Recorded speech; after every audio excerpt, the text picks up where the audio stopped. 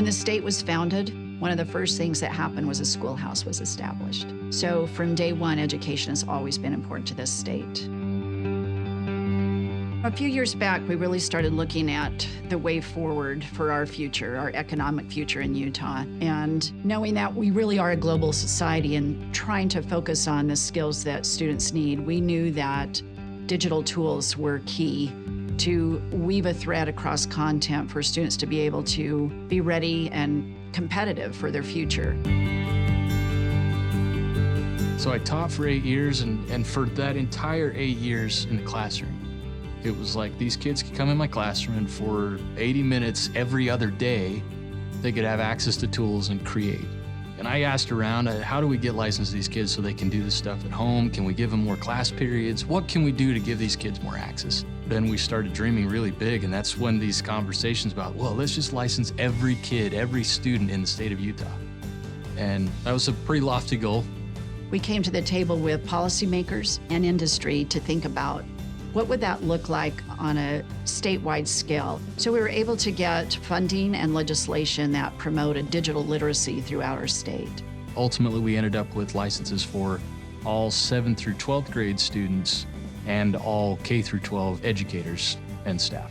That's 350,000 licenses. That's a big deal. Access is critical as the great principle of equity. If you have access, then you'll have an equitable condition set forward for kids to have choices and quality education. Equal access to the tools is important because every kid has a story. Every kid has a story. If they can get to a place where they can share and we can provide tools that make sharing that story easier, then we've preserved culture, we've preserved identity, we've boosted digital literacy. All of the goals that we have set out to do in education, we meet because we provide some kid a tool. Not just some kid, every kid a tool.